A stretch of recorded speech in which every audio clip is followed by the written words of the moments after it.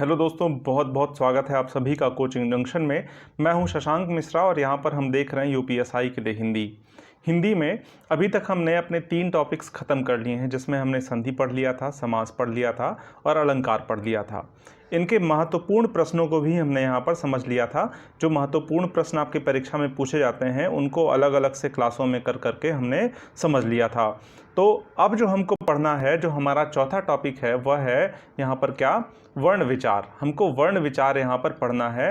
वर्णों के विषय में हम यहाँ पर पूरी जानकारी प्राप्त करेंगे और जो हमारी चर्चा का केंद्र होगा वह आपकी परीक्षा होगी। यूपीएसआई की परीक्षा को हम केंद्र में रखकर अपनी पूरी की पूरी चर्चा करेंगे। यदि आप यूपीएसआई के केजे बैच में के ऑफलाइन बैच में एडमिशन लेना चाहते हैं तो 4 मार्च से यूपीएसआई के केजे बैच की शुरुआत हो गई है, ऑफलाइन बैच की शुरुआत हो गई है। यदि आप या आपके किसी सगे संबंधी को इस बैच में एडमिशन लेना है तो डिस्क्रिप्शन में दिए गए नंबर पर संपर्क करें। प्रयागराज में यह जो है बैच शुरू कर दिया गया है 4 मार्च से। यह 1 हफ्ते के ट्रायल क्लास के साथ यह बैच शुरू हो गया है। यदि आप ऑफलाइन बैच में एडमिशन करना चाहते हैं या फिर आपके किसी सगे संबंधी को यूपीएसआई के केजे बैच में ऑनलाइन बैच में एडमिशन लेना है तो आप प्ले स्टोर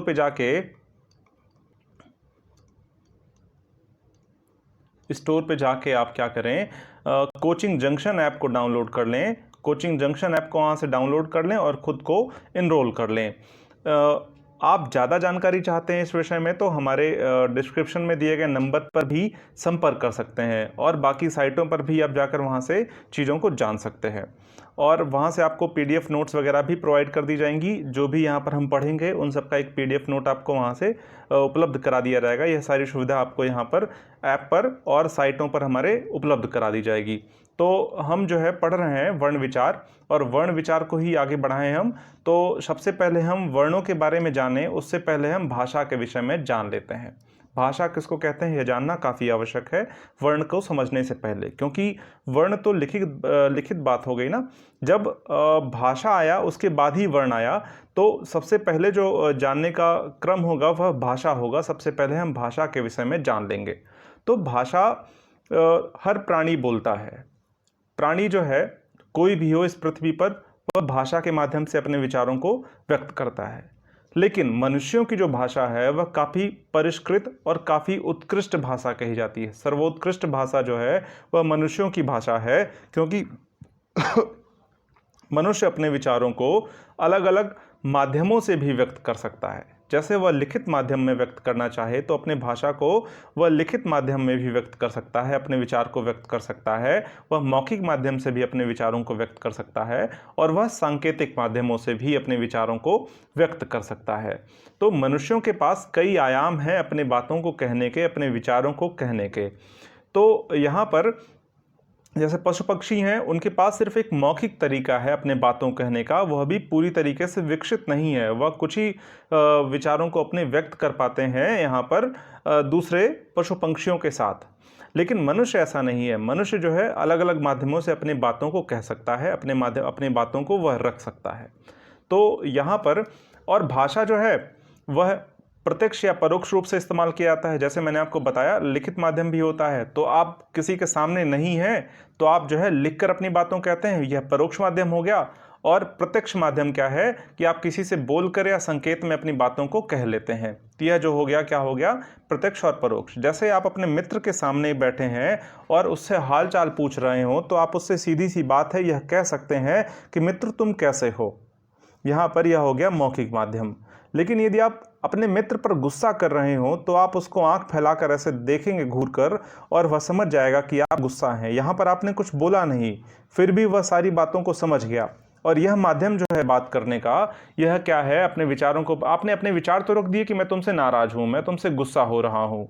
यह जो है आपने बोला कुछ नहीं, आपने लिखा कुछ नहीं, लेकिन आपने बातें कह दी। तो यहाँ पर सांकेतिक भाषा का प्रयोग आपने किया।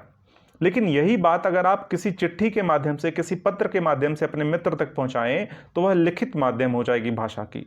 और परोक्ष माध्यम के लिए यानी कि चिट्ठी से बात को कहने के लिए आपको जिस चीज़ की आवश्यकता होगी वह क्या होगी, लिपि की आवश्यकता होगी।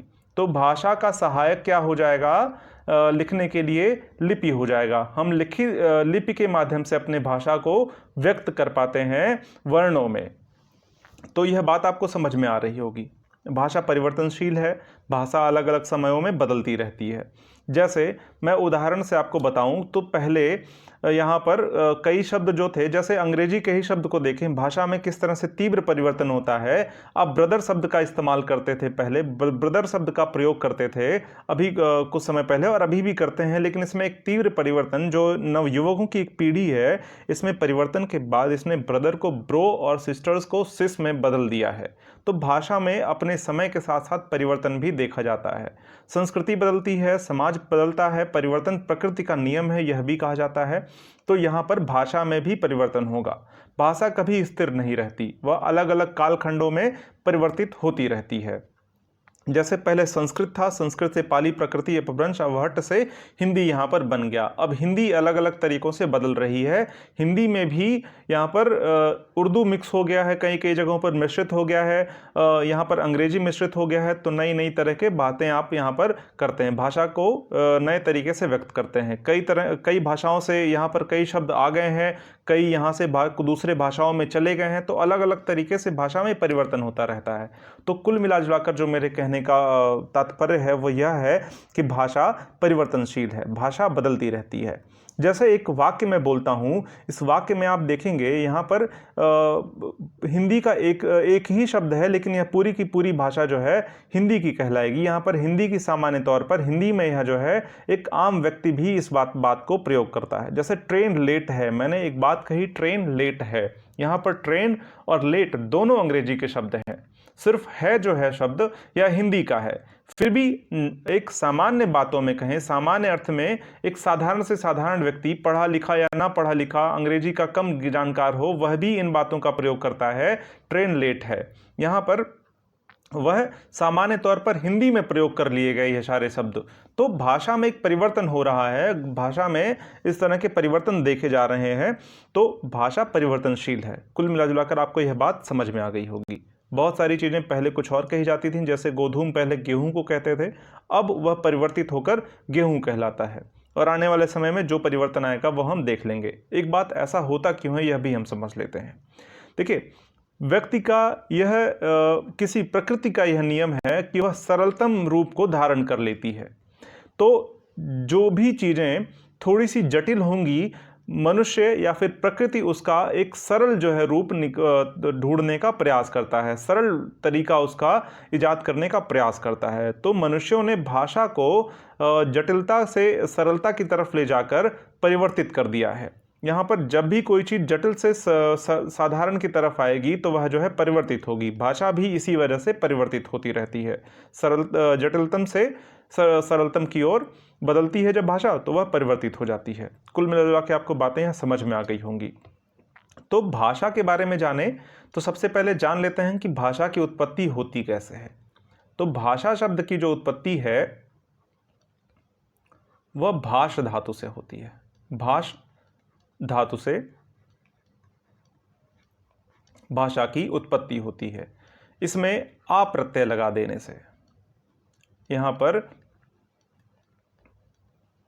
आ प्रत्यय लगा देने से भाष धातु में क्या होता है, भाषा शब्द का निर्माण होता है, जिसका अर्थ क्या होता है, इसका अर्थ होता है बोलना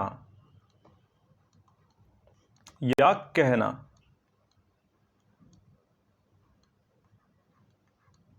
कहना या बोलना।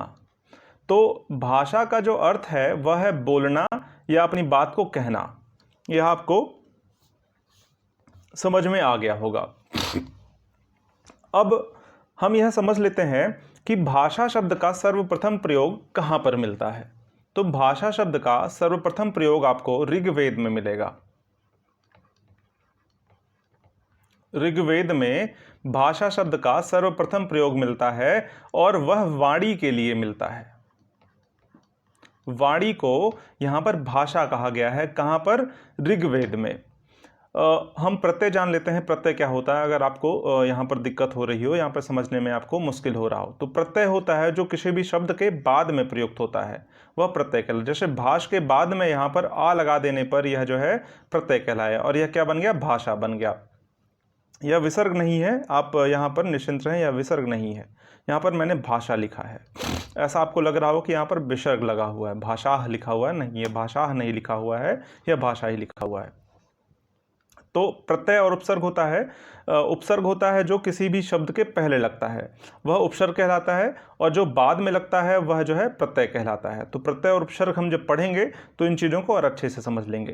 तो ये बात आपको समझ में आई कि भाषा जो है यहाँ पर भाष धातु से बना हुआ है। ऋग्वेद में इसका सर्वप्रथम प्रयोग होता है, वाणी के लिए इसका प्रयोग होता है, जिसका अर्थ होता है बोलना या कहना। भाषा का जो अर्थ है वह है बोलना या कहना। अच्छा, महर्षि पाणिनि ने भाषा के विषय में कुछ बात कहने का प्रयास किया, भाषा की परिभाषा देने का प्रयास किया उन्होंने, और वह संस्कृत में अपनी जो है परिभाषा इन्होंने दी। अपनी एक पुस्तक जो व्याकरण की पहली पुस्तक कही जाती है, पूरे विश्व की पहली पुस्तक जो है व्याकरण की, वह महर्षि पाणिनि ने ही लिखी थी। भाषा के व्याकरण को समझाने का प्रथम प्रयास विश्व में किसी ने किया तो वह महर्षि पाणिनि ने ही किया। वह किस भाषा के लिए इन्होंने व्याकरण लिखी? यह संस्कृत भाषा के लिए इन्होंने व्याकरण लिखी। और उनकी पुस्तक का क्या नाम था? इनकी पुस्तक का नाम था अष्टाध्यायी।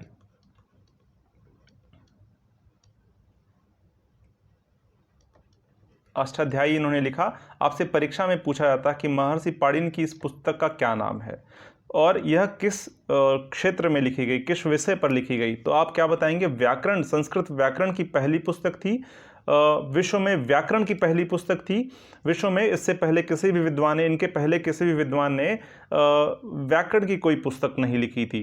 तो संस्कृत भाषा में व्याकरण की पहली पुस्तक लिखी गई, और वह किसने लिखी? महर्षि पाणिनि ने लिखी, और उस पुस्तक का नाम क्या था? अष्टाध्यायी था। तो अष्टाध्यायी में महर्षि पाणिनि ने क्या बात कहने का प्रयास किया है कि भाषते अनेन इति भाषा। इन्होंने क्या बात कही है? इन्होंने बात कही है कि भाषते अनेन इति भाषा। यहाँ पर क्या बात कही इन्होंने? भाषते अनेन इति भाषा, जिसके माध्यम से भाषण किया जाए वही क्या है? भाषा कहलाती है। जिसके माध्यम से भाषण किया जाए वह भाषा कहलाती है। संस्कृत में इन्होंने बात कही, इनका ग्रंथ संस्कृत में, अष्टाध्यायी जो था वह संस्कृत में ही लिखा गया है। तो इन्होंने यह बात, मैं कलर चेंज कर लेता हूँ, यह थोड़ा सा कम जो है मालूम पड़ता है। चलिए नीले कलर से लिखते हैं, यह ज़्यादा ठीक है। तो भाषते अनेन इति भाषा, जिसके माध्यम से भाषण किया जाए वही क्या कहलाता है? भाषा कहलाता है।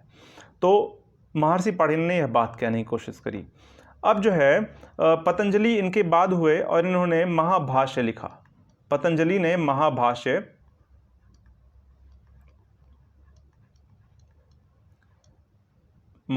लिखा इन्होंने।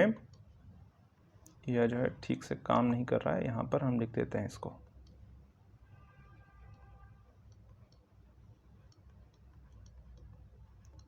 महाभाष्य यह भी व्याकरण की पुस्तक थी।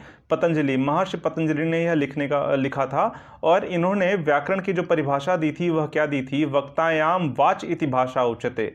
जो वक्ता की वाणी है वही क्या कहलाती है? भाषा कहलाती है।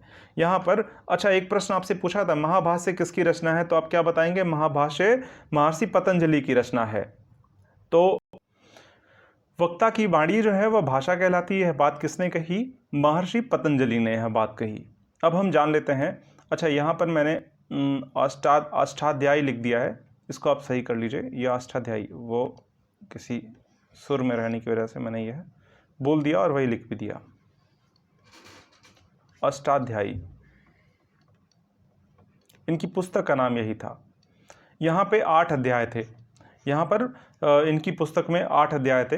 तो इस पुस्तक को किसने लिखा था? महर्षि पाणिनि ने लिखा था। वर्तनी शुद्धि में आपसे यह शब्द पूछ लिया था कई बार कि पाणिनि का सही वर्तनी क्या होगा, कैसे लिखा जाएगा? तो पाणिनि इसी तरह से लिखा जाएगा। यहाँ पर आपसे परीक्षा में 4 विकल्प दे दिए जाएंगे। कहीं पर आपसे पाणिनि में ऐसे लिख दिया जाएगा पाणिनि, या फिर कहीं पर यहाँ पर बड़ी ई रहेगा और यहाँ पर छोटी ई लगा देंगे, ऐसा होगा।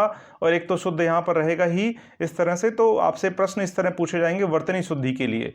तो आपको जो लगाना है, दोनों छोटी ई की मात्रा ही यहाँ पर होंगी। यहाँ पर दोनों यहाँ पर छोटी ई की मात्रा होगी। आप इस बात का ध्यान रखें। पाणिनि ऐसे लिखा जाता है। तो महर्षि पाणिनि और पतंजलि हो सकता है यह भी पूछा जाए, पतंजलि होता है और पतंजलि, तो पतंजलि में छोटी ई की मात्रा होगी, इस बात का ध्यान रखिएगा। तो यह सारी चीज़ें आपको जाननी चाहिए। अब हम थोड़ा सा और जान लेते हैं भाषा के बारे में, किन किन विद्वानों ने और क्या बातें कही है। भाषा के बारे में कामता प्रसाद गुरु ने जो बात कहने की कोशिश करी है उसको हम यहाँ पर समझ लेते हैं, उसको हम जान लेते हैं क्या बात कही है। कामता प्रसाद गुरु जो हैं वो हिंदी के पाणिनि कहे जाते हैं। हिंदी के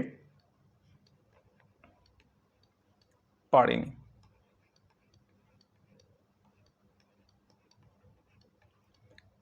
इनको हिंदी का पाणिनि क्यों कहते हैं? जो महर्षि पाणिनि थे उन्होंने संस्कृत में व्याकरण की पहली पुस्तक लिखी थी और कामता प्रसाद गुरु ने हिंदी में हिंदी भाषा की सर्वप्रथम व्याकरण की पुस्तक लिखी थी। और यह कब लिखी थी? 1920 में इन्होंने यह पुस्तक लिखी थी। इस पुस्तक को लिख तो दिया था इन्होंने 1917 में ही, लेकिन इसका प्रकाशन 1920 में हो पाया था। तो इन्होंने 1920 में इस पुस्तक को प्रकाशित किया। हिंदी भाषा में, हिंदी में लिखी गई, हिंदी व्याकरण के लिए लिखी गई पहली पुस्तक यह कहलाती है। याद रखिएगा, हिंदी भाषा में लिखी गई पुस्तक की बात मैं कर रहा हूं।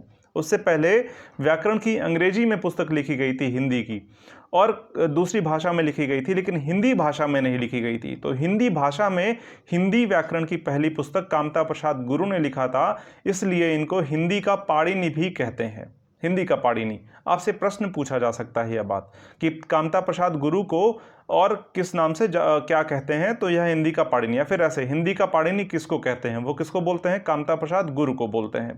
तो यह बातें आपको समझ में आ गई। तो यह चीज़ें हैं। इन्होंने क्या बात कही भाषा के विषय में? जो सर्वमान्य परिभाषा है वो यही है, जो भाषा की जो परिभाषा है वो यही है। यहाँ पर जो सबसे ज़्यादा प्रयुक्त किया जाता है यह भाषा की परिभाषा को, वह क्या है कि वाणी के जिस माध्यम से मनुष्य अपने विचारों को दूसरों तक प्रकट करता है और दूसरे के विचारों को ग्रहण करता है, उसे क्या बोलते हैं? भाषा कहते हैं। क्या शानदार परिभाषा इन्होंने भाषा की दी है। यहाँ पर सब कुछ इस जो है परिभाषा में आपको समझ में आ जाता है कि वाणी के जिस माध्यम से मनुष्य अपने विचारों को दूसरों तक पहुंचाता है या फिर दूसरों के विचारों को ग्रहण करता है, वही क्या कहलाता है? भाषा कहलाता है। तो भाषा को कामता प्रसाद गुरु ने कुछ इस तरीके से समझाने का प्रयास किया। मतलब क्या हुआ इसका कि आप अपने विचारों को किसी से कहने के लिए जिस माध्यमों का प्रयोग करते हैं और उसके विचारों को समझने के लिए जिस माध्यम का प्रयोग करते हैं, वही जो है भाषा है। उसी माध्यम को हम भाषा कहते हैं। अच्छा, डॉक्टर भोलानाथ तिवारी ने, हिंदी के बड़े विद्वान, इन्होंने क्या बात कही भाषा के विषय में कि भाषा यादृच्छिक ध्वनि प्रतीकों की वह व्यवस्था है जिसके माध्यम से मनुष्य परस्पर विचार विनिमय करता है। अच्छा, इसको हम समझ लेते हैं। बात क्या कही उन्होंने? यह कहने का यह प्रयास कर रहे हैं कि ध्वनि प्रतीकों की वह व्यवस्था, जब आप बोलते हैं तो आपके मुख से कुछ ध्वनियाँ उच्चरित होती हैं। जब आप बोलते हैं तो आपके मुख से कुछ ध्वनियाँ उच्चरित होती हैं और यह निश्चित क्रम में होती है, निश्चित तरीके से बोली जाती है, निश्चित प्रकार से बोली जाती हैं। और यही जो व्यवस्था है बोलने का, ध्वनियों को प्रकट करने की जो यह व्यवस्था है, वह मनुष्यों को समझ में आ जाती है। अलग अलग ध्वनियाँ आप अलग अलग तरीके से समझ पाते हैं कि मैं क बोलता हूँ, ख बोलता हूँ, ग, अलग अलग ध्वनियाँ हैं। इनका एक क्रम बना दें, इनको एक निश्चित व्यवस्था में रख दें। जैसे मुझे बोलना है खाना, तो मैं खा वर्ण को और ना वर्ण को एक निश्चित क्रम में रखकर जब खाना बोलूँगा तो आपको समझ में आ जाएगा मैं खाने की बात कर रहा हूँ। जैसे मैंने कलम की बात करी, तो जब मैं क, ल और म इन तीन वर्णों को एक क्रम में अरेंज करके लिख देता हूँ या फिर बोल देता हूँ, तो आपको एक बात समझ में आ जाती है।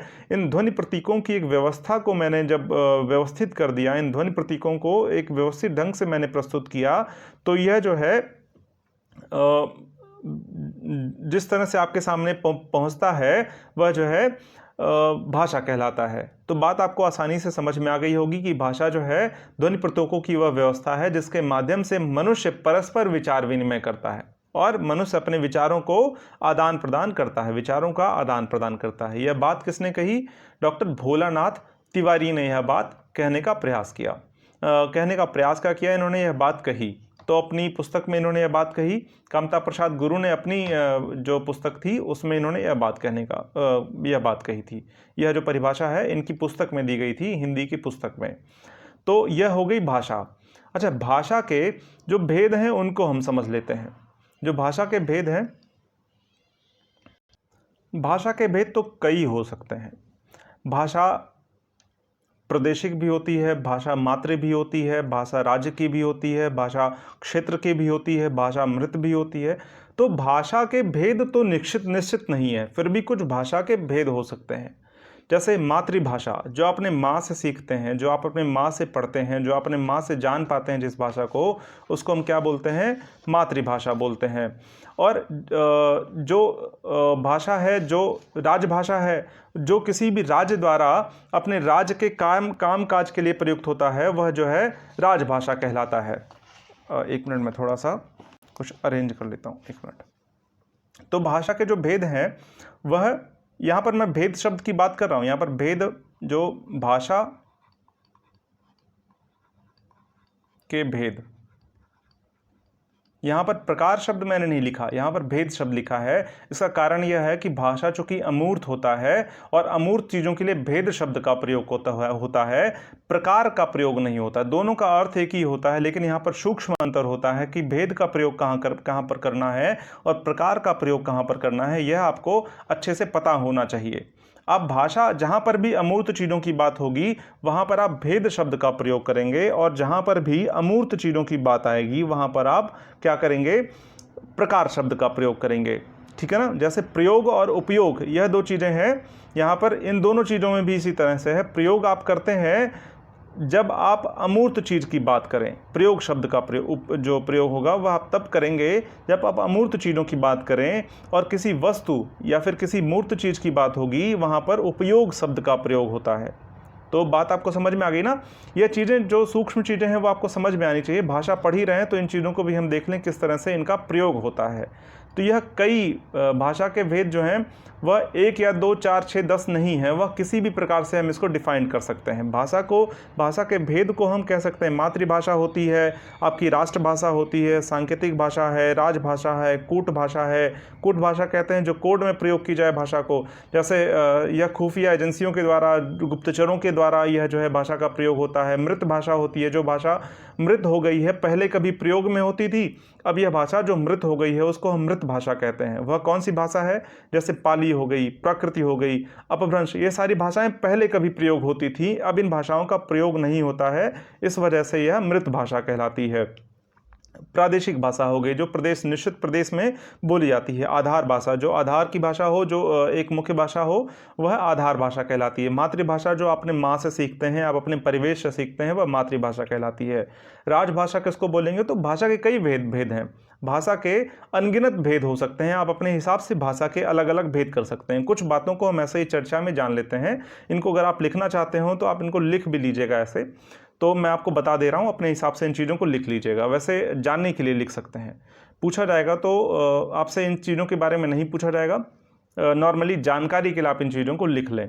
तो जो राजभाषा होती है वह किसी राज्य के द्वारा प्रयोग की जाती है। राष्ट्रभाषा जो एक राष्ट्र की भाषा होती है, एक पूरा राष्ट्र जिस भाषा को बोलता है, जिस भाषा को प्रेफर करता है, वह जो है राष्ट्रभाषा कहलाती है। जैसे हिंदी भारत में सर्वाधिक बोली जाने वाली भाषा है, इस वजह से एक स्वतः जो है हिंदी जो है भारत की राष्ट्रभाषा हो जाती है। वैसे भारत की राष्ट्रभाषा हिंदी कोई जो है ऑफिशियल तरीके से यह बात नहीं कही गई है।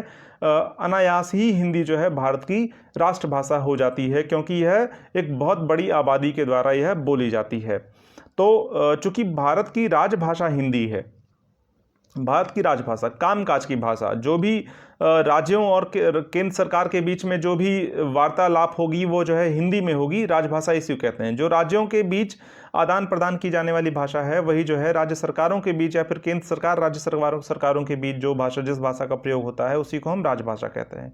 तो भाषा के यह सारे भेद होते हैं। अब हम भाषा के अंगों की बात कर लें तो भाषा के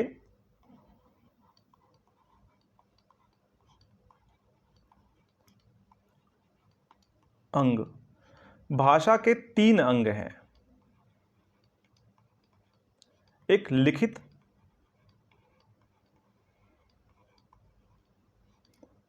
मौखिक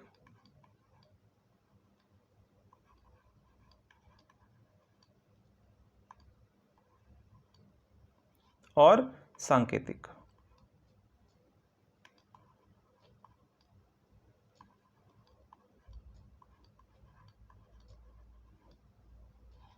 यह जो है 3 जो है इसके अंग हैं।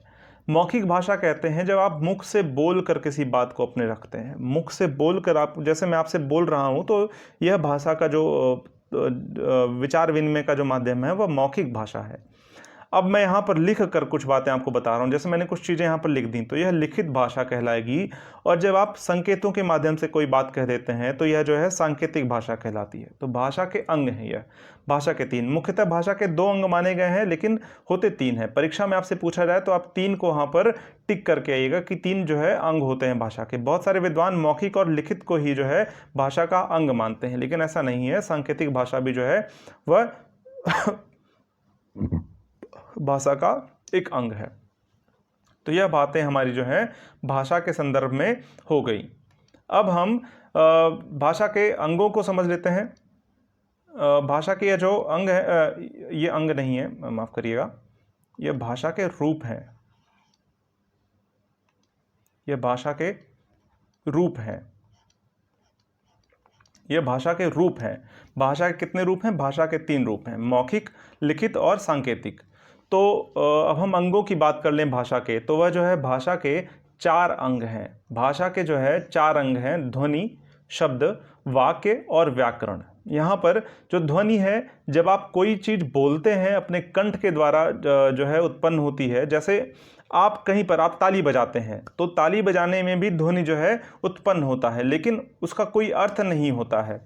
तो भाषा में ध्वनि कहने का तात्पर्य यह है कि जो भी बात आप अपने कंठ से बोलते हैं और उसका अर्थ निकलता है तो वह भाषा का अंग जो है ध्वनि कहलाता है। ठीक है ना। यहाँ पर हम इस ध्वनि की बात करें, किसी और ध्वनि की बात, आप चुटकी बजाते हैं ध्वनि निकलता है, आप ताली बजाते हैं ध्वनि होगा, आप बंदूक चलाते हैं ध्वनि होगा, आप बाजा बजाते हैं ध्वनि होगा।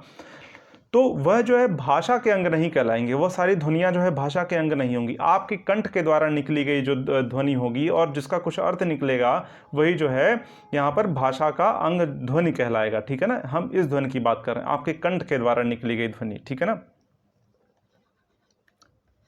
कंठ के द्वारा। तो यह बात हो गई। अब शब्द क्या होगा? ध्वनियों को जब हम लिख देते हैं, ध्वनियों को व्यक्त कर देते हैं लिख कर, तो वर्ण होता है। वर्ण के माध्यम से हम ध्वनियों को लिखते हैं।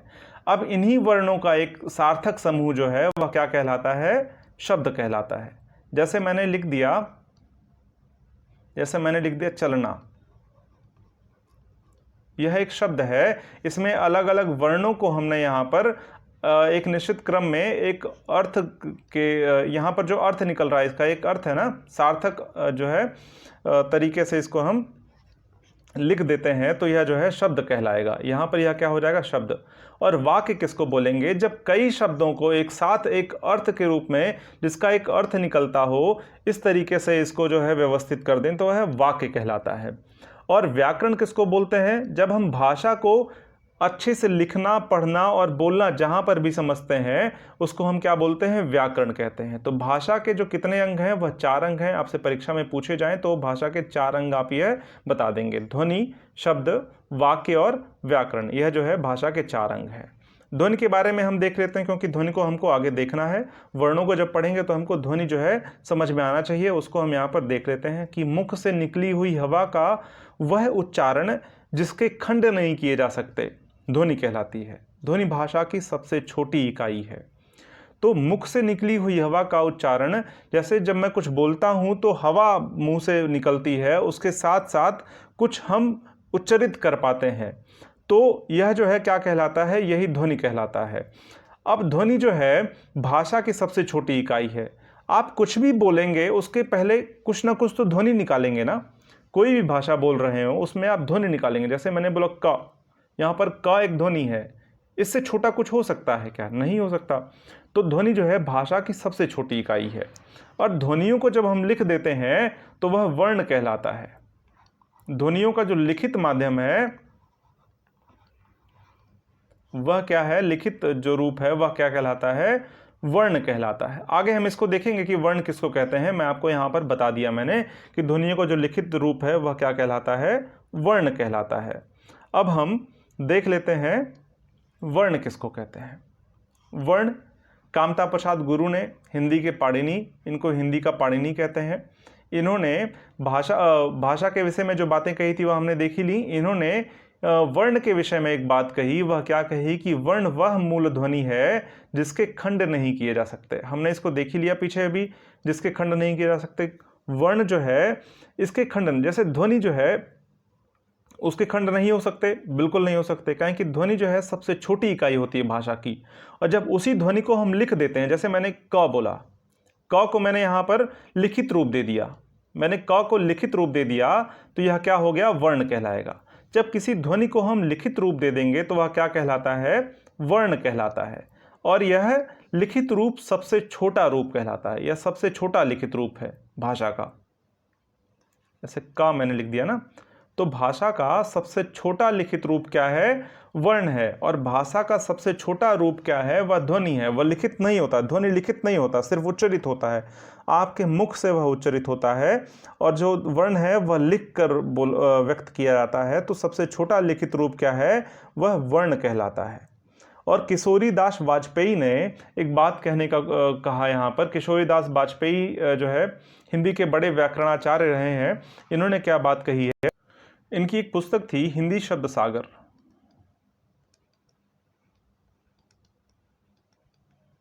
हिंदी शब्द सागर, हिंदी शब्द सागर व्याकरण की एक पुस्तक थी। इसमें इन्होंने क्या बात कही है वर्णों के विषय में? यह कही है कि वर्ण वह छोटी से छोटी ध्वनि है जो कान का विषय है, जिसके माध्यम जिसके टुकड़े नहीं किए जा सकते। तो वही बात इन्होंने भी कहने का प्रयास किया है। तो वर्ण जो है ध्वनि की सबसे छोटी इकाई है जो अपने कानों से हम सुनते हैं, इसके टुकड़े नहीं किए जा सकते। एक साधारण सी परिभाषा हम खुद से गढ़कर यहाँ पर देख लेते हैं कि ध्वनि का लिखित रूप वर्ण कहलाता है। ध्वनि का लिखित रूप क्या है? वह वर्ण है। जैसे मैंने कोई ध्वनि बोला, मैंने क या फिर खा बोल दिया, मुख से ध्वनि एक निकाली खा, यह जो है जब इसको मैंने लिख दिया, खा को एक जो है रूप दे दिया, लिखित रूप दे दिया, तो यही क्या कहलाएगा? वर्ण कहलाएगा। भाषा की सबसे छोटी इकाई ध्वनि है, किंतु रचना के स्तर पर भाषा की सबसे छोटी इकाई क्या है? वह वर्ण कहलाता है। रचना के स्तर पर मैंने आपको पहले ही बता दिया, खा को हमने रच दिया ना। हमने जब मैंने ख बोला तो मैंने सिर्फ बोला था, लेकिन जब हमने उसको एक रूप दे दिया, मैंने बोला ग, लेकिन जब इसको एक हम रूप दे देंगे,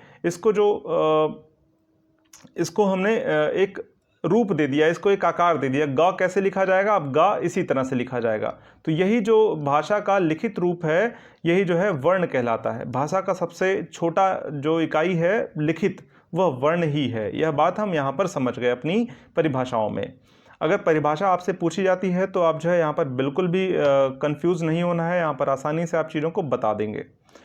तो अब हम वर्णमाला देख लेते हैं। अब जो बारी है देखने की वह क्या है? वर्णमाला है। हमने वर्ण समझ लिया, हमने भाषा समझ लिया, अब हम वर्णमाला को समझ लेते हैं।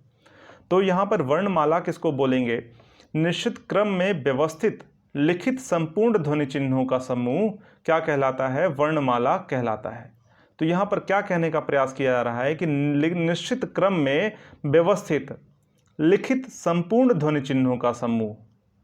एक निश्चित क्रम में हम जो है सारे ध्वनियों को, जो अपने मुख से हम उच्चरित करते हैं, जो अपने मुख से हम बोलते हैं, उन सभी को हम अगर लिख देते हैं, उनको एक निश्चित क्रम में लिख देते हैं, तो यही जो है क्या कहलाता है? वर्णमाला कहलाता है। माला को आप समझ रहे होंगे, माला का जो अर्थ होगा वह क्या हो जाता है? क्रम, या फिर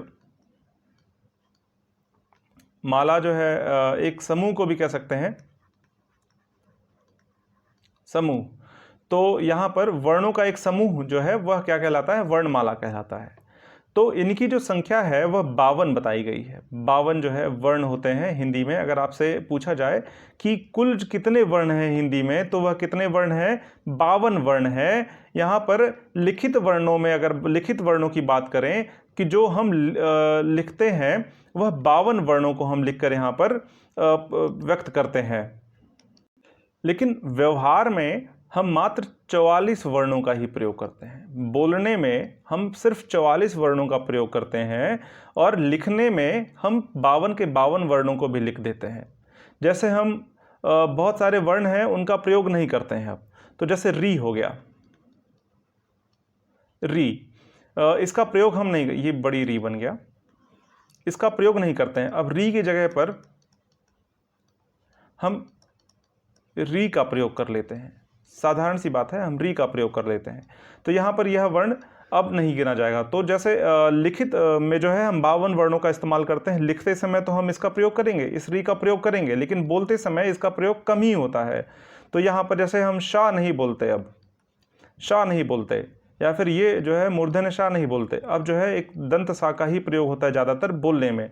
तो कुल मिला जुलाकर 44 वर्ण जो हैं वह बोलने के लिए प्रयुक्त होते हैं, व्यवहार में प्रयुक्त होते हैं, और लेखन के लिए 52 के 52 वर्ण प्रयुक्त होते हैं। आपसे प्रश्न पूछा जाए कि लिखने में कितने वर्णों का प्रयोग होता है, तो 52, और व्यवहार में वैसे साधारणतः कितने वर्णों का प्रयोग होता है, वह 44 वर्णों का प्रयोग होता है। इसमें कोई भी कन्फ्यूजन नहीं है। और वर्णमाला को 2 हिस्सों में बांट कर हम देखेंगे, पहला होगा स्वर और दूसरा होगा व्यंजन। यहाँ पर स्वर और व्यंजन में बांट कर हम देखेंगे। तो स्वरों की संख्या जो हिंदी में है वह 11 है, 11 स्वर जो है हिंदी में माने गए हैं। संस्कृत में 13 स्वर माने गए हैं, जिसमें बड़ी री और री, यहाँ पर बड़ी री ये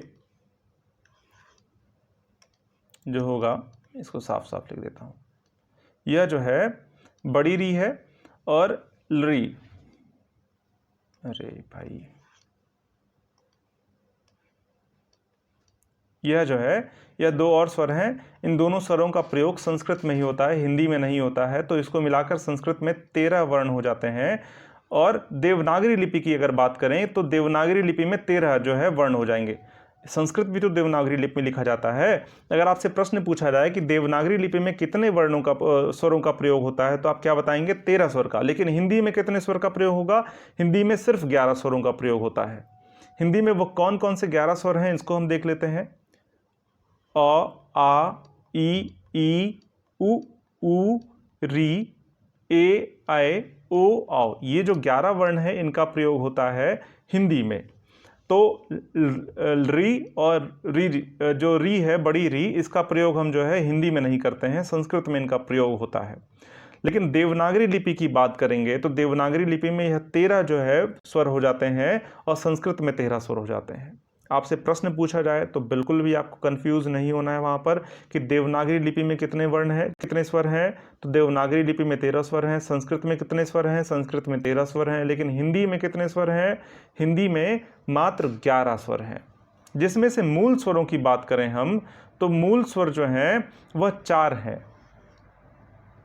मूल स्वर बोलेंगे जो है मुख्य रूप से जो 4 स्वर हैं, उनके माध्यम से जो बाकी स्वर बनते हैं वह जो है इनके माध्यम से बाकी जो स्वर हैं वह बनते हैं। तो यह मूल रूप से यह जो है 4 स्वर आपके होते हैं, मुख्यतः यह 4 स्वर हैं। मूल स्वरों की संख्या कितनी है, वह 4 है। अ, ई, उ और री, ये चारों हैं। अब इन्हीं के माध्यम से बाकी बन गए। इन 2 अ को, छोटा अ को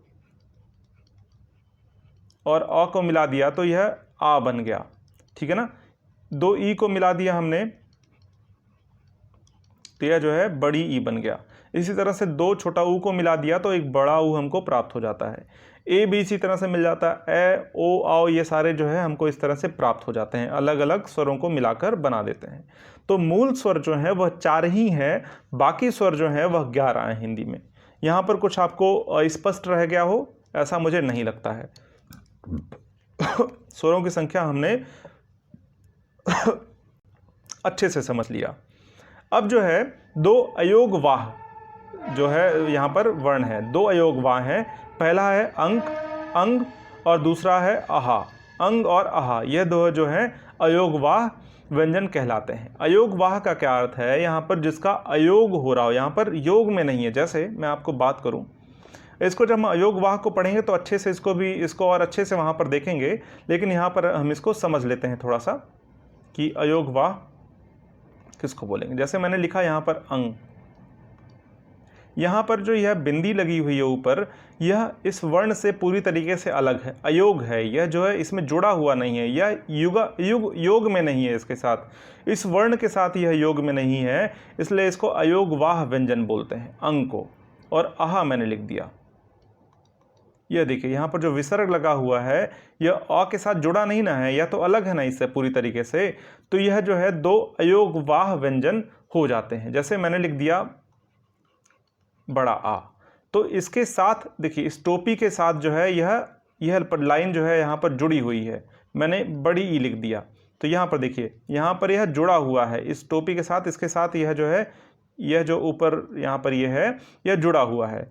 तो यह जो अयोगवाह नहीं है, यहाँ पर ये योग में है, ठीक है ना। लेकिन यहाँ पर जब मैं अंक लिखता हूँ, अंग लिख दिया मैंने, तो यह जो बिंदी है ऊपर, यह क्या है, अनुस्वार जो है यह ऊपर रह गया, और यह जो किसी भी माध्यम से यह आपस में स्पर्श नहीं है, इसलिए यह अयोगवाह कहलाता है। आगे हम इसको और डिटेल में चीज़ों को देख लेंगे।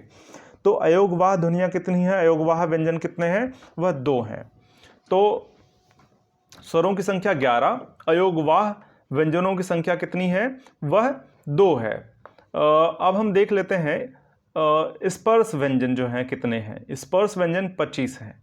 स्पर्श व्यंजन बोलते हैं जिनको बोलने में आपके मुखांग जो है कहीं ना कहीं स्पर्श करते हैं, उनको बोलते हैं स्पर्श व्यंजन। जैसे क, ख, ग, घ, अंगा, च, छ, ज, झ, इया, ट, ठ, ड, ढ, अड़, त, थ, द, ध, न, प, फ, ब, भ, म।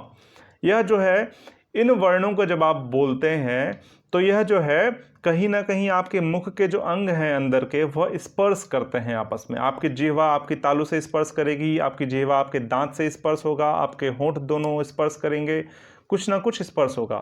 यानी कि जो कंठ से आपके वायु निकल रही है उसमें अवरोध उत्पन्न होगा, वह बाधित होगी। तो यहाँ पर यह स्पर्श व्यंजन इस वजह से इनको कहे जाते हैं। तो स्पर्श व्यंजनों की संख्या कितनी है, 25 है। क, ख, ग, घ, अंगा, ये 5 हो गए।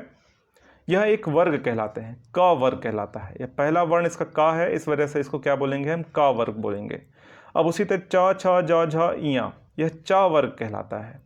ट, ठ, ड, ढ, अड़, यह ट वर्ग है। त, थ, द, ध, न, यह ता वर्ग है। और प, फ, ब, भ, म, यह क्या है, पा वर्ग है। तो यह कुल 5 वर्ग हैं, और पांचों वर्गों में 5-5 वर्ण होते हैं। तो कुल जो वर्ण है वह 25 हैं। यहाँ पर स्पर्श व्यंजन जो है, चूंकि यह आपस में स्पर्श करते हैं, इस वजह से यह स्पर्श व्यंजन कहलाते हैं। तो हमने इसको समझ लिया, स्पर्श व्यंजनों की संख्या कितनी हो गई, 25 हो गई। और यहाँ पर जो स्पर्श व्यंजनों की संख्या है वह 25 हो गई, या व्यंजनों की संख्या यहाँ पर अच्छा, व्यंजनों की संख्या नहीं, अयोगवाह जो यहाँ पर ध्वनियाँ हैं उनकी संख्या 2 हो गई, और यहाँ पर 11 जो है स्वर हो गए। एक बात और मैं आपको बता दूं, जो यहाँ पे अ है, अ एक स्वर है, यह आगत स्वर कहलाता है। अभी हम इसको समझेंगे, इसका मतलब क्या होगा। आगत स्वर, यह आगत स्वर कहलाता है, ठीक है। तो आगत या ग्रहित स्वर भी इसको बोलते हैं।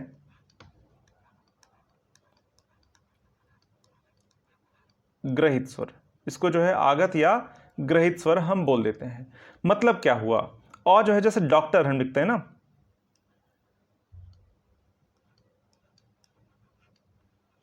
डॉक्टर, यहां पर जो यह चिन्ह लग गया, और ये डॉक्टर, यह उच्चारण डॉ का हो रहा है, डॉक्टर का नहीं हो रहा है, डॉक्टर नहीं हो रहा है, डॉक्टर का नहीं हो रहा है, फिर डॉ बोल रहे हैं, डॉक्टर। तो यहां पर यह अ का जो उच्चारण है यह हिंदी में नहीं होता है, यह अंग्रेजी में होता है, और हमने अंग्रेजी से इसको ग्रहण कर लिया है।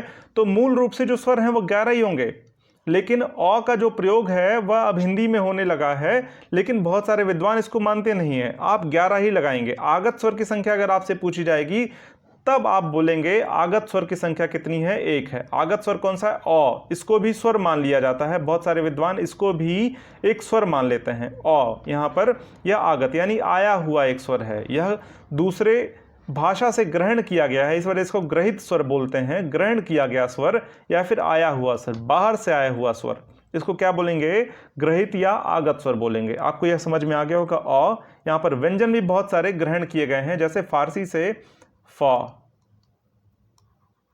क के नीचे, ज के नीचे ऐसे आप लगा दीजिए।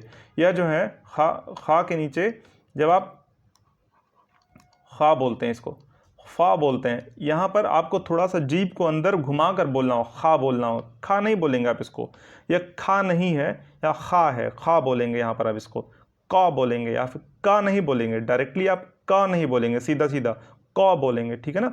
अंदर आपको अपने जीभ को थोड़ा सा मोड़ के बोलना होगा, तो इनका उच्चारण अलग है। तो यह भी जो है यह आगत व्यंजन कहलाते हैं। यह व्यंजन है, चूंकि स्वर तो है नहीं है, यह आगत जो है या ग्रहित व्यंजन कहलाते हैं। यह जो है फ, क, ख और घ, खा, यह जो है ग्रहित जा, ये जा है, इसको जा नहीं बोलेंगे, जा बोलेंगे। यह थोड़ा सा यहाँ पर क्या कंपन होगा आपकी आवाज़ में, यहाँ पे कंपन होगा आवाज़। तो यहाँ पर कुल मिला जुलाकर कहने की बात यह है कि स्वरों की संख्या, आगत स्वरों की संख्या 1 है और आगत व्यंजनों की संख्या जो है वह 4 है।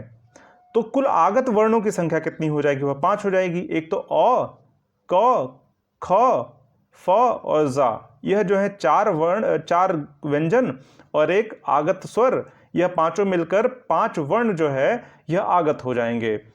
और जो है स्वर कितने आगत हैं? स्वर जो है 1 आगत है और व्यंजन कितने आगत हैं? 4। तो यह बातें आपको समझ में आ गई। परीक्षा में अगर यहाँ से प्रश्न आता है तो यहाँ से आपसे कोई जो है दिक्कत नहीं होगी, या परीक्षा में अक्सर ही पूछे जाते हैं, तो यहाँ से आपको चीज़ें यह समझ में आ गई। अब हम आगे बात कर लेते हैं इसके थोड़ा सा।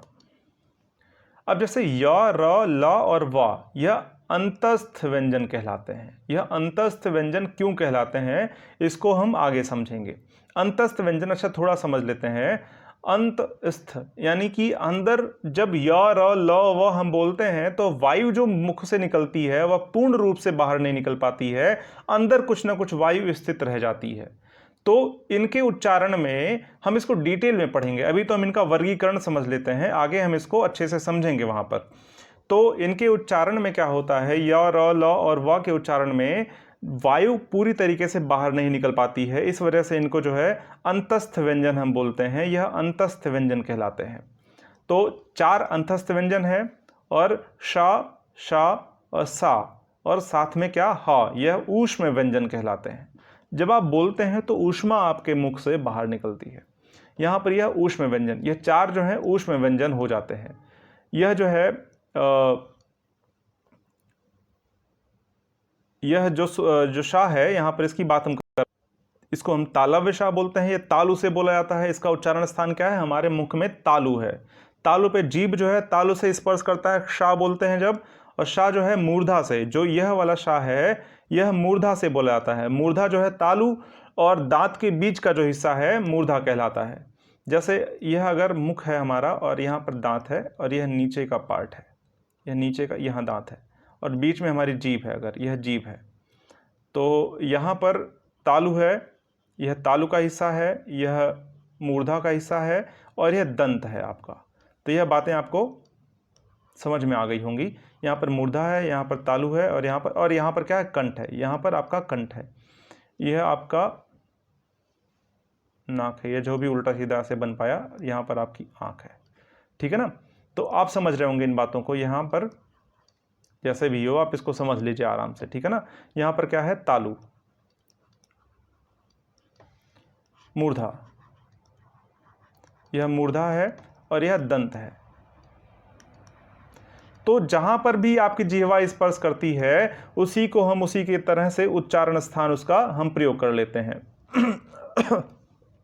तो यहां पर शा और सा और सा, ये जो है 3 शा जो है यह और हा, यह ऊष्म व्यंजन कहलाते हैं। इसको हम अच्छे से पढ़ेंगे, यह ऊष्म व्यंजन क्यों कहलाते हैं। तो 4 यह ऊष्म व्यंजन हो गए। तो 4 ऊष्म व्यंजन और 4 जो है अंतस्थ व्यंजन और 25 स्वर और साथ में 2 अयोग वाह ध्वनियां और 11 जो है वर्ण, यह जो है आपके 44 हो जाते हैं। माफ करिए 44, ये अयोग वाह को मत जोड़िए इसमें भी, ये अयोग वाह को नहीं।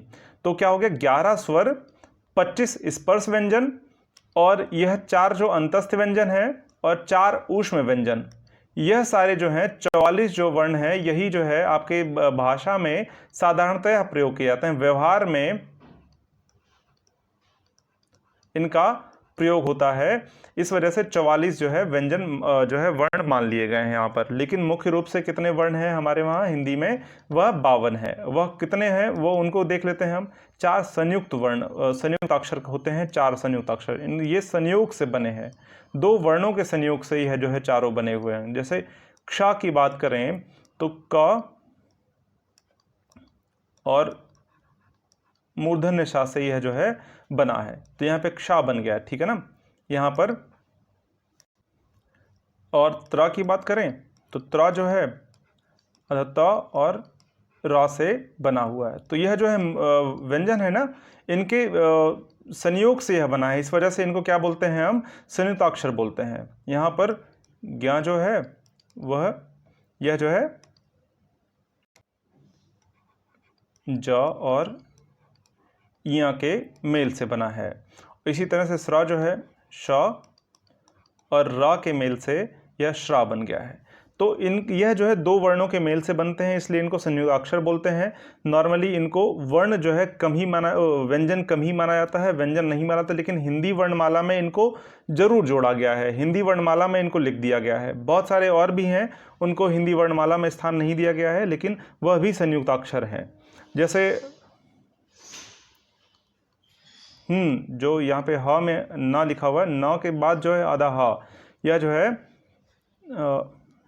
आधा म और ह, यह जो है यह भी जो है संयुक्ताक्षर ही है, लेकिन इनका प्रयोग जो है हिंदी में नहीं होता है। जैसे तुम्हारा लिखना हुआ ना, आधा म और ह, यहाँ पर ऐसे जो यह भी जो है संयुक्ताक्षर हैं, लेकिन इनका प्रयोग हिंदी में नहीं होता है। तो यह जो 4 संयुक्ताक्षर हैं जो हिंदी में प्रयुक्त किए जाते हैं, इनको जो है मुख्य व्यंजनों में नहीं रखा जाता है। क्यों? कहें कि यह जो है दो वर्णों के, दो मुख्य व्यंजनों के संयोग से यह बनते हैं। अब जैसे ढा और ढा, यह दो जो हैं या उक्षिप्त या द्विगुण या ताड़न जात जो है कहलाते हैं। यह दो जो हैं यह भी हैं, इनको इन सब को जोड़कर 52 जो है व्यंजन हो जाते हैं, 52 वर्ण हो जाते हैं। तो यह जो है उक्षिप्त कहलाते हैं या द्विगुण कहलाते हैं या ताड़न जात कहलाते हैं, ढा और ढा। यहाँ पर इन चीज़ों को हम समझ लेंगे। ये द्विगुण क्यों कहलाते हैं? यह जो है द्विगुण इसलिए कहलाते हैं कि यह जो है जब पहले प्रयोग, किसी वर्ण में पहले जब इनका प्रयोग होगा तो यह ड के रूप में प्रयोग होगा। अगर इसका प्रयोग किसी भी शब्द में पहले होगा तो यह ड के रूप में होगा, और यदि बीच में प्रयोग होता है या फिर बाद में प्रयोग होता है तो यह ड़ के रूप में इसका प्रयोग हो जाता है। जैसे डमरू, यहाँ पर जब यहाँ पर डा है ना तो इसका प्रयोग डा के रूप में हो जाएगा, लेकिन यहाँ पर जब बीच में इसी डा का प्रयोग होगा तो यह जो है बदल जाएगा इसका रूप। जैसे यहाँ पे इस डा का जब बीच में प्रयोग होगा, देख लेते हैं। जैसे लड़ाई, लड़ाई, तो यह जो है लड़ाई जो है यहाँ पर बीच में जब ये डा आ गया, डा, तो यह जो है डा में बदल गया। तो यहाँ पर ये 2 गुण रखता है आप अपने में, तो इस वजह से इसको जो है द्विगुण कहते हैं। यह जो है जैसे यहाँ पर ढा है ना, इसका प्रयोग जब होगा तो वह साधारणतः तो ढा के रूप में होगा, लेकिन जब यह बीच में या बाद में आएगा तो यह किस तरह से प्रयोग हो जाएगा, यह ढा के रूप में हो जाएगा, ढा के रूप में। ठीक है, उदाहरण में इसको देख लेते हैं हम। जैसे यहाँ पर मैं लिखा ढाल, यह ढाल लिखा ना, तो यहाँ पे नॉर्मली ढा जो है इस तरह से प्रयोग हुआ, लेकिन जब हम पढ़ने की बात करेंगे, जैसे पढ़ना, यहाँ पर देखिए, यहाँ पर ढा इस तरह का प्रयोग, यहाँ पर बिंदी लग जाएगा या, तो इन दोनों का जो है गुण परिवर्तित हो जा रहा है, 2 तरह के गुण रखते हैं यह जो है, इस वजह से द्विगुण कहलाते हैं। अब ताड़न जात क्यों कहते हैं? ताड़न जात हम समझ लेते हैं यह क्यों कहलाते हैं। जब जैसे जो वीड़ा होता है उसको प्रताड़ित करते हैं, जब उस पर एक झनकार हम छेड़ते हैं, जब वीड़ा के तारों को हम ऐसे छेड़ते हैं तो उसको जो ताड़ना देते हैं, जैसे तड़ित करते हैं जब हम वीड़ा के तारों को, तब जिस तरह से वहाँ पर ध्वनि निकलती है, जैसे डा बोलते हैं, ढा बोलते हैं, तो जीव जो है उसी तरह से ऐसा प्रतीत होता है, जीव जो है उसी तरह से प्रताड़ित हो रहा है जिस तरह से हम वीड़ा को प्रताड़ित करते हैं। तो यहाँ पे ताड़ना जो है, यहाँ पे प्रताड़ित से यहाँ ताड़ना शब्द जो है उत्पत्त हो गया, बन गया है। तो यहाँ पे ताड़न जात इस वजह से इनको कहते हैं कि यहाँ पर जो है यह वीणा के जो तार होते हैं उनको प्रताड़ित करें की तरह जब इनका उच्चारण करते हैं तो ऐसा महसूस, जैसे ड़ा ढा बोलिए तो आपके जीभ जो है बहुत तेजी से ऐसे कंपन के साथ वह जो है ऊपर नीचे हो जाते हैं, तो ऐसा प्रतीत होता है, इस वजह से इसको ताड़न जात बोलते हैं। अच्छा, मैंने उत्क्षिप्त के बारे में आपको नहीं बताया अभी। उत्क्षिप्त बोलते हैं, जैसे उत्क्षिप्त, उत मतलब उठना और क्षिप्त मतलब शीघ्रता से गिरना। तो जब आप इन दोनों वर्णों का उच्चारण करते हैं तो आपकी जिह्वा जो है बहुत तेजी से ऊपर उठती है और तुरंत नीचे आ जाती है। जैसे आप बोलिए ढ़ा, तो जब ढ़ बोलते हैं तो आपकी जो जिह्वा है, आपकी जो जीभ है, वह तुरंत ऊपर उठती है और तुरंत नीचे आ जाती है। तो यहाँ पर उत्क्षिप्त इसको इस वजह से बोलते हैं। हम आगे भी जब इनको पढ़ेंगे तो वहाँ पर भी इसको हम पढ़ेंगे। तो यहाँ पर इनके आगत स्वर के बारे में तो हमने पढ़ ही लिया, आगत स्वर देख लिया। उत्क्षिप्त जो है यह 2 हैं, इसको भी हमने देख लिया। तो 4 आपके अंतस्थ, 4 आपके ऊष्म, 4 संयुक्ताक्षर, 2 यह, और बाकी जो इधर थे इन सबको मिलाकर कितने हो गए, 52 हो जाते हैं। तो 52 जो है वर्ण आपके यह पूरे हो जाते हैं, लेकिन व्यवहार में आप 44 का ही इस्तेमाल करते हैं। यह चीज़ें आपको समझ में आ गई होंगी। अब हम देख लेते हैं स्वर। यहाँ पर हम स्वर को समझ लेते हैं, बाकी कल की क्लास में इसको हम और आगे बढ़ाएंगे। तो स्वर जो है वे ध्वनियाँ जिनका उच्चारण करते समय हवा बिना किसी बाधा के मुख से बाहर निकल जाती हैं, अर्थात मुखांग स्पर्श नहीं करते हैं, या जो स्वतंत्र रूप से उच्चारित हो जाती हैं, वह क्या कहलाते हैं, स्वर कहलाते हैं। कहने का क्या मतलब हुआ, जब आप स्वर का उच्चारण करते हैं तो आपके मुख में कोई भी मुखांग आपका बाधा नहीं पहुंचाता आपके मुख से निकली हुई हवा को। तो यहाँ पर यह जो है क्या हो जाएंगे, स्वर कहलाएंगे। जैसे आप अ, ई, उ, ए, आई, ओ, आओ, अंग ऐसे बोलते हैं, तो वहाँ पर आपके मुख में आपके कंठ से निकलने वाली हवा को किसी भी प्रकार की किसी बाधा का सामना नहीं करना पड़ता है, तो यह जो है स्वर कहलाते हैं। स्वर को किसी भी तरह के मुख के, जैसे आप प बोलिए, जब आप प बोलते हैं तो आपके दोनों होंठ आपस में सट जाते हैं। आप बोल के देखिए एक बार, आपके दोनों होंठ आपके आपस में सट जाएंगे और हवा जो है मुख में कुछ क्षण के लिए बाधित हो जाती है, तो यहाँ पर क्या हो जाता है, वह व्यंजन में रख लिया जाएगा। लेकिन यहाँ पर स्वरों में क्या होगा, यह जो है आपके मुख में बिल्कुल भी बाधा नहीं। जैसे अ बोलिए, अ बोलते हैं तो आपके कंठ से निकलने वाली जो वायु है वह पूरी के तरीके से आपके मुख से बाहर आ जाती है। तो बात आपको यहाँ पर समझ में आ रही होगी, यहाँ पर चीज़ें आप समझ गए होंगे। तो जो कहने का आशा है, स्वर आप समझ गए। और स्वरों की संख्या जो है हमने उसकी बात ही कर ली है। स्वरों की संख्या कितनी है, स्वरों की संख्या 11 है। संस्कृत में स्वरों की संख्या यहाँ पर, संस्कृत में 13 स्वर हैं और हिंदी में 11 स्वर हैं।